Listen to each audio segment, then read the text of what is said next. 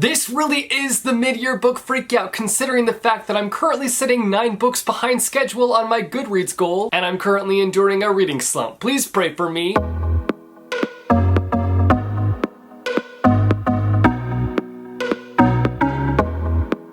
Yo, what's good, reader fam? Welcome back to my channel. It's that time of year where I bring you the mid-year book freakout tag, where we freak out both in good ways and bad ways about books. All the freaking out will be happening today, I can guarantee that. Lots of freakouts. We getting freaked out up in here. This tag was created by Chammy. I will leave a link to her original video down below in the description. Go and check it out. Check it out. I am going to be cutting some of the questions from this tag because some of them just don't apply to my reading life this year. My current overall feelings about my reading year so far have been pretty meh. I've read around 25 books so far this year, and I just haven't been picking up things that I've been loving, which is a bummer and a half. But I feel like, honestly, this is how things go for me. Like, I start off the year not reading a lot of books that I love, and then by the end of the year, I've read so many books that I love. So I'm gonna keep hanging in there, I'm gonna keep riding this roller coaster ride, and hopefully I will end up reading some more books that I love. Because that's all I want. My reading year has been going down, down, down, and I want to switch that direction and go up, up, up. So without further ado, let's get started with the tag. Number 1, best book you've read so far in 2019. Here's the thing, I've only read one 5-star book this year, and that is Crooked Kingdom by Leigh Bardugo, but this is a reread, so I don't know if I can count this book for this question, which I also need to mention the fact that I'm rereading it again currently.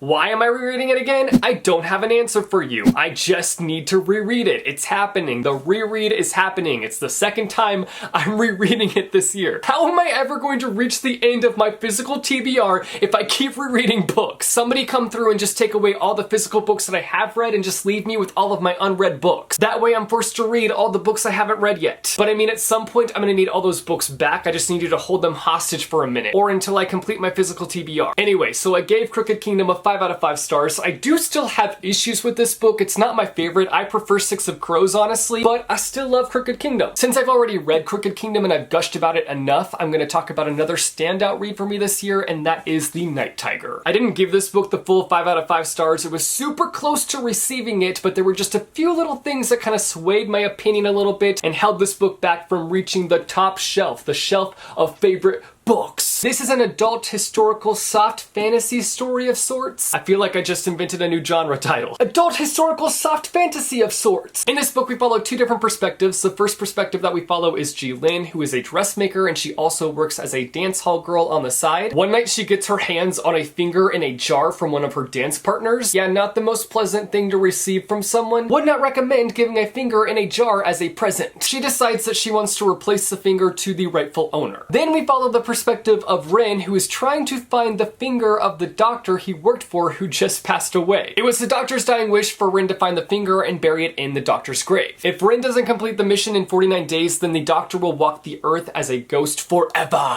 Both stories end up coming together in a full-on collision. This is just such a unique story built on Chinese folklore with interesting characters and a plot that goes in a really unexpected direction. Question number 2, best sequel you've read so far this year. Again, I'd probably give this to Crooked Kingdom, the sequel to Six of Crows, but I'm gonna give it to a book that I've read for the first time this year and not a reread. So I'm gonna give this to The Princess and the Fangirl, which is the sequel to Geekerella. While I say sequel lightly, it's not necessarily a sequel, it's a companion, but like, we're gonna say it's a sequel. It's a sequel. It's book 2 in this like series of sorts, but it's more so a companion series. It's one where you could read it out of order, but also why would you read it out of order? You get a lot more out of this book if you read Geekerella before you read this. In this book, we follow 2 different perspectives. The first perspective we get is the actress who plays the princess in this big franchise called Starfield, and then we also follow a fangirl. Hence the title, The Princess and the Fangirl. You follow the princess and the fangirl. Bada bing, bada boom. The 2 end up switching places because the script for the Starfield sequel has been leaked, and the actress who plays the princess is determined to find out who's behind the leak and stop them from leaking the whole thing. So the fangirl covers for the actress at this conference, going to meet and greets and acting like her and going on panels and whatnot. I just love this series so much. It's set in a very relatable setting. It takes place at a fan conference, and there's so many fan culture references that I relate to. The characters are all great. Even the unlikable ones end up pulling you on their side. They play tug of war with your heart and end up pulling your heart out of your body and onto their side.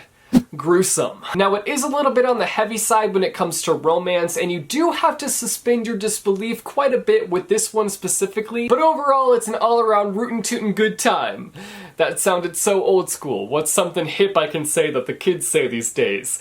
This book is litter than lit, fam! It's on fire! But not actually on fire, because we don't believe in book burning on this channel. We believe in reading, hugging, and loving them. Question number 3, what's a new release that you haven't read but you want to read? There are so many, it's honestly so hard to keep track of, but one that I definitely want to get to by this year is The Wicked King, which is the sequel to The Cruel Prince. I read The Cruel Prince in December of last year, I believe, and it had me losing my mind to a point where I just had to set the book aside for a second and just stare at the ceiling. I had to give myself some time to regain composure before I moved on with the story. And I kind of went into The Cruel Prince with a bit of a snobby attitude. I will admit I'm not proud of it, but I'm admitting it. I own up to it. Oh boy, the hype's gonna destroy this one for me. I'm not like other readers. Hyped books suck.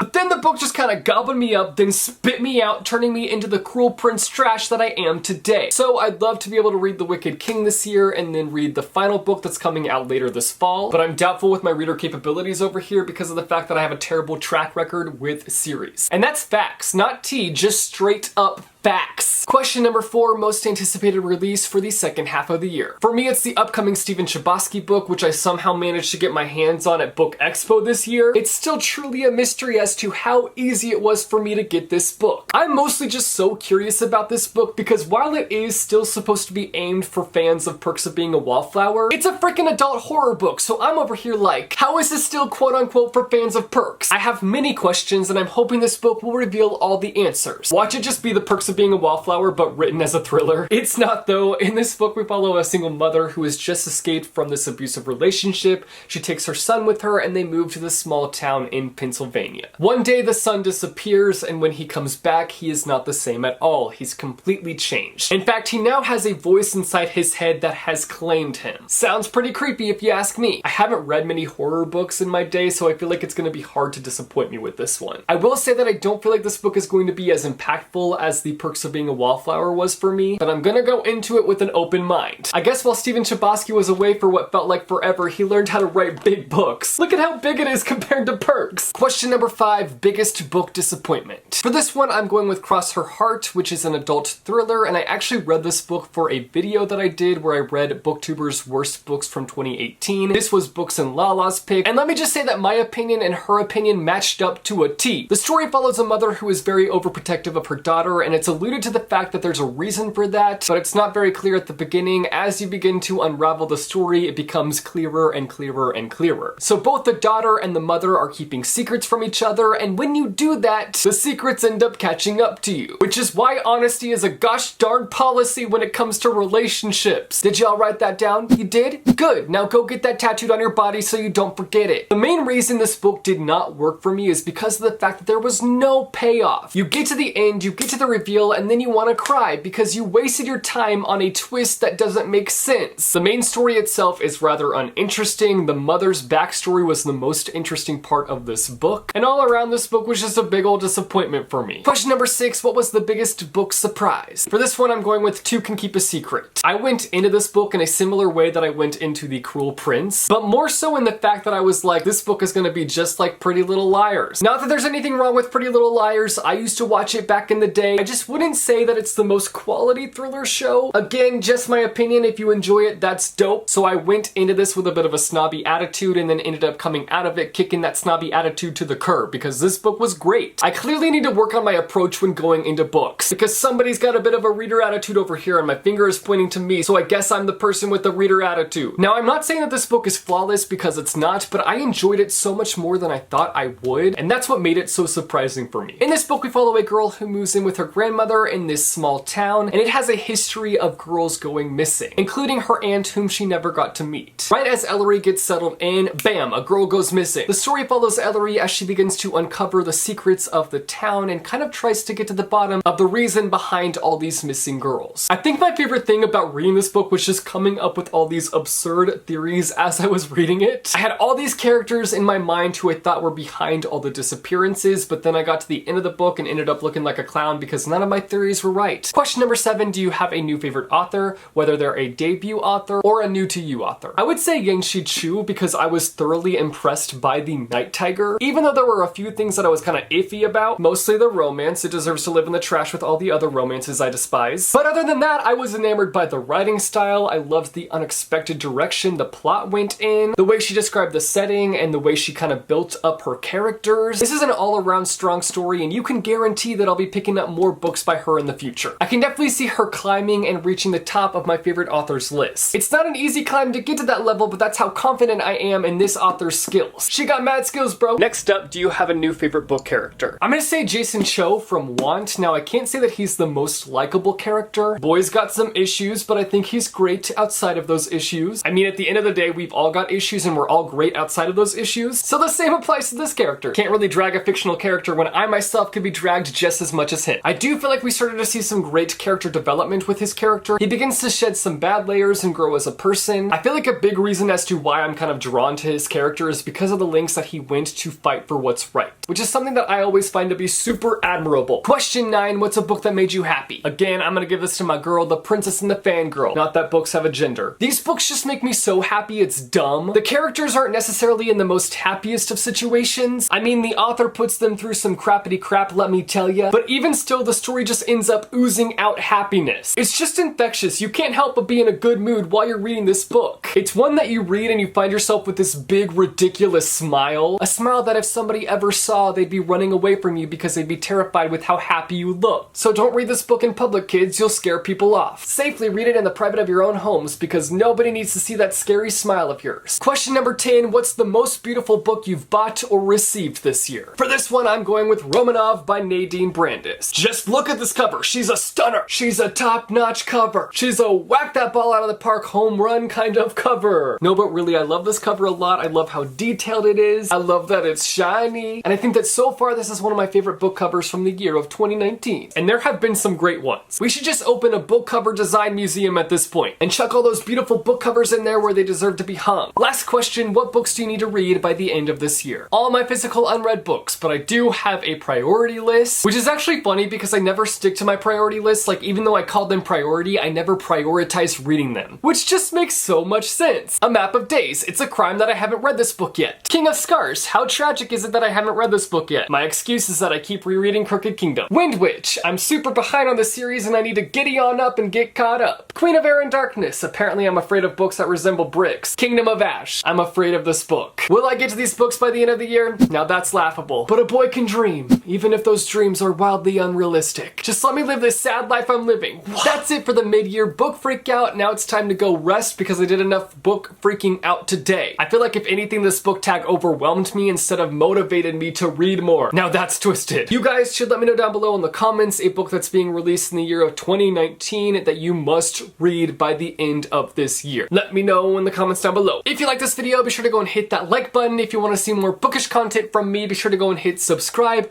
or go and hit that bell icon and you'll be notified every time I post new videos. As always, thank you guys so much for watching. I hope your day is bright and that tomorrow is brighter. Keep reading what your heart desires and I will see you soon with a new video. Bye.